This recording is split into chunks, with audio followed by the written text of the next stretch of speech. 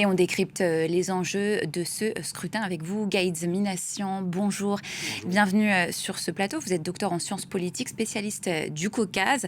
Alors, le Premier ministre Nicole Pachinian présente ce scrutin comme un choix existentiel. Il le dit, c'est soit la paix durable avec l'Azerbaïdjan, soit le retour à la guerre. Comment analyser cette alternative qui nous est proposée? Est-ce que c'est vraiment là-dessus que ça se joue, selon vous? Essentiellement, oui, la souveraineté.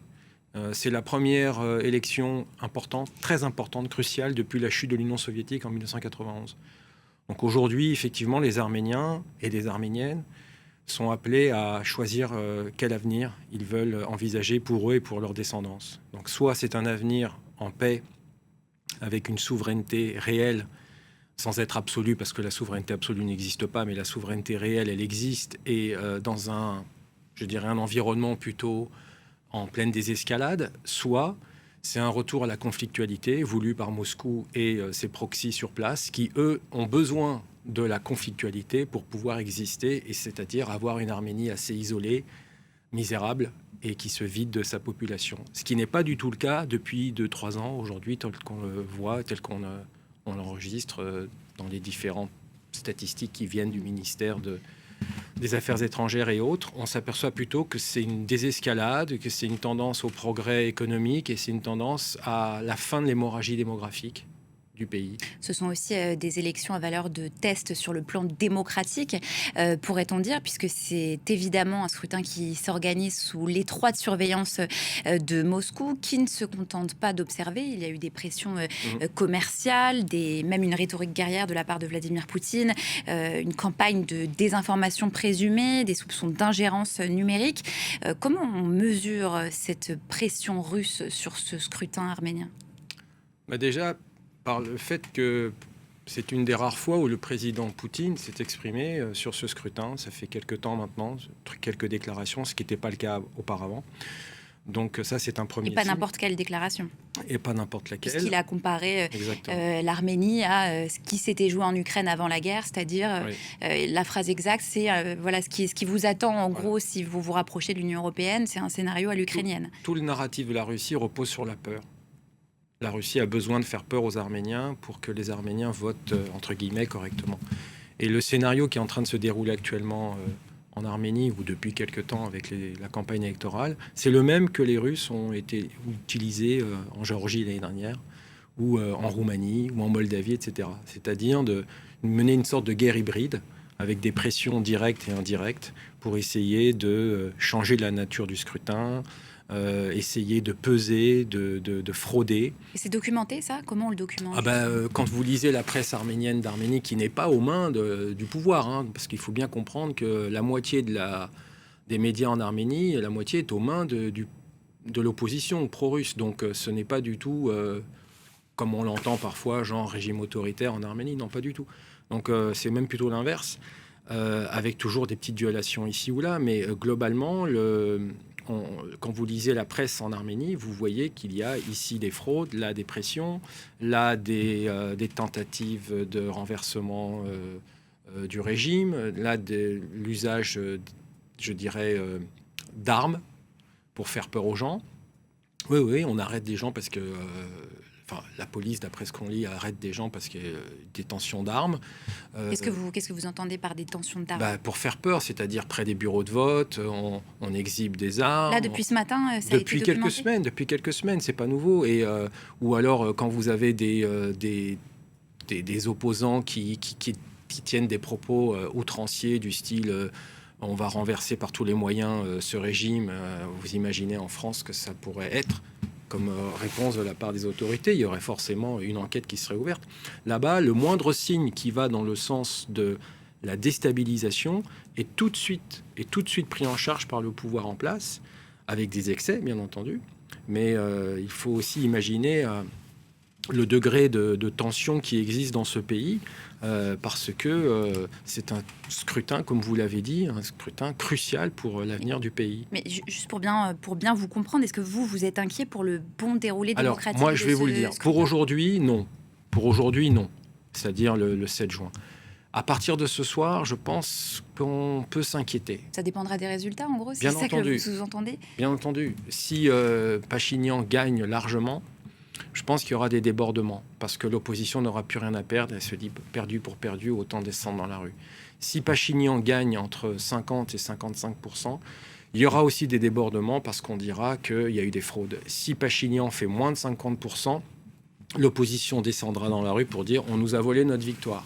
Donc on est dans une situation assez, je dirais, crispée, parce que, quel que soit le scénario, en cas de victoire large ou relative de Nicole Pachinian, l'opposition a de fortes chances, l'opposition pro-russe, qu'on appelle là-bas la troïka guerrière, parce que c'est trois partis ou trois leaders. Donc, il y a de quoi s'inquiéter à partir de ce soir, demain, etc. Est-ce que vous êtes en contact avec des votants, des Arméniens qui Oui. votent? Est-ce qu'ils sont inquiets? Qu'est-ce qu'ils vous disent? En fait, c'est soit un vote franc, pro-Pachinian ou anti-Pachinian, soit encore des hésitations comme dans n'importe quel scrutin. Mais je voulais vraiment parler du bon déroulé démocratique. Sur le bon déroulé, il y a eu, moi je lis la presse depuis ce matin, il y a eu des déclarations des autorités pour dire que là et là, il y a eu des actes de fraude, des tentatives de fraude, des doublons de vote, des gens qui ont violé le secret du vote. Donc tout ça est enregistré. Apparemment, ça a l'air d'être assez sérieux.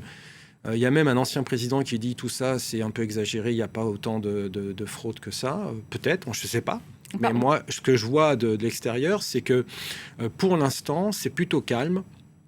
Il y a eu, jusqu'à aujourd'hui, il y a eu des tentatives de déstabilisation. Ça fait 5 ans qu'il y en a, voire même plus. De la part de la Russie? De la part de la Russie, avec ses proxys sur place, les anciens présidents, les partis politiques qui sont affiliés à Moscou. Tout ça, ça fait quand même pas mal. Surtout qu'eux, ils n'ont plus rien à perdre. Et donc, ça peut se traduire à partir de ce soir par des débordements dans la rue. Mais ce qu'on interprète comme des intimidations de la part de Moscou, Moscou qui n'est pas la seule à faire quelques actions qui pourraient être considérées comme de l'intimidation. Je fais bien sûr référence à ces 6 candidats de l'opposition pro-russe qui ont été arrêtés hier, donc à la veille du scrutin, ce qui nourrit véritablement en Arménie les accusations d'autoritarisme qui sont portées par l'opposition, évidemment russe, à l'encontre de pro-russe, à l'encontre du Premier ministre sortant, Nicole Pachinian. Comment faut-il analyser ça? Alors moi, je n'ai pas accès au dossier, donc je ne peux pas vous dire, premièrement. Deuxièmement, on va attendre ce que ça va donner au niveau des enquêtes qui sont menées pour les arrestations de ces quelques Des personnes. candidats arrêtés la veille d'un scrutin, malgré tout. C'est jamais un bon signe, mais en même temps, qu'est-ce qu'ils ont fait, ces gens-là, pour être arrêtés la veille du scrutin? Non, c'était un dossier qui était au long cours. Ah oui, bien sûr, mais si c'est des détournements de fonds, ça peut être trahison, ça peut être travailler pour une tierce puissance. On verra bien ce que ça donne. Mais pour l'instant, moi, je suis ça de près. Ce que je vois, c'est que l'opposition, depuis des années ne fait qu'une chose, c'est multiplier les tentatives de déstabilisation, les tentatives de renversement du régime. Ça ne marche pas parce qu'en fait, tout simplement, ils n'ont pas compris une chose, c'est que les électeurs et électrices arméniens, arméniennes ne veulent pas de la guerre. Ils veulent la paix, ils veulent vivre tranquillement. Et pour vous donner un exemple, les Arméniens et les Arméniennes se disent une chose. Quelle est l'espérance de vie de mon fils qui aujourd'hui a 10 ans ou qui vient de naître? Quelle est l'espérance de vie si les anciens reviennent au pouvoir? 20 ans?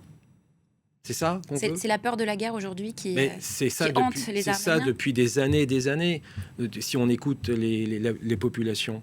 Et c'est ce message-là qu'il faut entendre. De quelle guerre aussi? Il faut le préciser, parce qu'il y a la défaite du Haut-Karabakh, il y a aussi la guerre en Ukraine et les menaces de Moscou. Alors, il faut donc préciser de quelle guerre on parle. Quelle guerre ont-ils peur? Comme vous le savez, le Caucase se situe entre 2 guerres. Vous avez la guerre Ukraine-Russie au nord et Iran, États-Unis, Israël de l'autre, au sud. Et dans ces 2 guerres, vous avez 2 protagonistes qui sont directement liés à l'avenir ou à la stabilité du Caucase, c'est-à-dire la Russie au nord et l'Iran au sud. La guerre dont on parle, ce n'est pas l'Ukraine ou l'Iran, c'est la guerre entre l'Arménie et l'Azerbaïdjan, qui aujourd'hui vit une forme de nouveauté totale, c'est-à-dire une forme de désescalade qui pourrait se confirmer avec une victoire de Pachinian et derrière un traité de paix qui serait signé puis ratifié par les deux parlements. Mais si l'opposition pro-russe reprend la main, Moscou voudra absolument remettre sur la table les principes clés d'un empire, c'est-à-dire gérer, cultiver, développer, encourager la conflictualité. Et là, on ne sait pas comment les choses peuvent se dérouler, surtout sur fond de guerre en Ukraine et de fond de guerre en Iran. Donc à ce stade, l'Arménie est totalement prise en étau entre d'un côté un rêve européen et de l'autre des pressions faites par la Russie. L'Arménie n'est pas prise en étau si elle vote juste, en toute transparence et en toute liberté. Et elle choisira plutôt la paix. Si elle décide de revenir en arrière et de voter pour les forces pro-russes, là, elle sera prise en étau. Mais la paix, elle passe aussi par le portefeuille, j'ai envie de dire. Il y a aussi des considérations économiques qui intéressent les Arméniens aujourd'hui. Et la Russie fait des pressions commerciales en ce moment sur l'Arménie. Donc, exactement. Tout est lié finalement. Enfin, oui, mais les marchés sont interdépendants. Et si vous voulez, la Russie a besoin du petit marché arménien de la même manière que l'Arménie a besoin du marché russe. Ça, c'est une évidence. En revanche, ce qu'il faut voir, c'est que la perspective européenne ouvre un horizon plutôt encourageant pour l'Arménie d'un point de vue économique. Si demain la frontière avec la Turquie s'ouvre, si les marchés européens s'ouvrent à l'Arménie, si la route Trump dont on parle souvent entre les États-Unis et l'Arménie, c'est-à-dire cette route qui traverserait le territoire arménien, l'Arménie pourrait en tirer d'énormes royalties, et ça, c'est quelque chose qui est complètement nouveau, puisque l'Arménie se retrouverait sur les axes géopolitiques mondiaux. Et c'est ça qui est nouveau. Et Moscou ne peut pas supporter l'idée de voir l'Arménie lui échapper. Ça fait 250 ans, et on le voit plus avec Poutine depuis 25-26 ans, que la Russie ne veut qu'une Arménie isolée, misérable, pauvre, vidée de sa population. Voilà ce que veut la Russie. Et ce qui est dingue, c'est qu'il y a encore des gens, en Arménie comme dans le reste du monde arménien, qui veulent jouer la carte de la Russie. Mais ça, je ne comprends pas. Mais bon, c'est autre chose. Oui, enfin, les dynamiques sont un peu plus complexes que ça. La Russie... Ce que je vous dis, c'est très complexe. Oui, mais elle cherche pas forcément... Elle ne cherche pas qu'à isoler l'Arménie, mais ce serait un autre volet. Non. Parce que je vous dis qu'elle cherche qu'à isoler l'Arménie, parce qu'elle est prête à faire du business avec l'Azerbaïdjan et laisser l'Azerbaïdjan désenclavé. La même chose avec la Géorgie, mais ça fait 30 ans que la Russie ne veut pas que l'Arménie se désenclave. Voilà. Or, actuellement, depuis quelques années... Parce que ça sert ses propres intérêts. Parce que c'est le propre d'un empire et qu'elle a besoin de l'Arménie sous sa tutelle. Et la vraie question, elle est là. Soit les Arméniens décident d'être matures et responsables et grandissent et votent pour, je dirais, le pouvoir sortant, soit ils décident de rester un enfant. Et ce serait bien leur choix démocratique. Exactement, et c'est à eux de décider quel avenir ils veulent. Merci beaucoup, Gaïd Minassian, pour votre analyse sur ce scrutin en Arménie, l'autre grand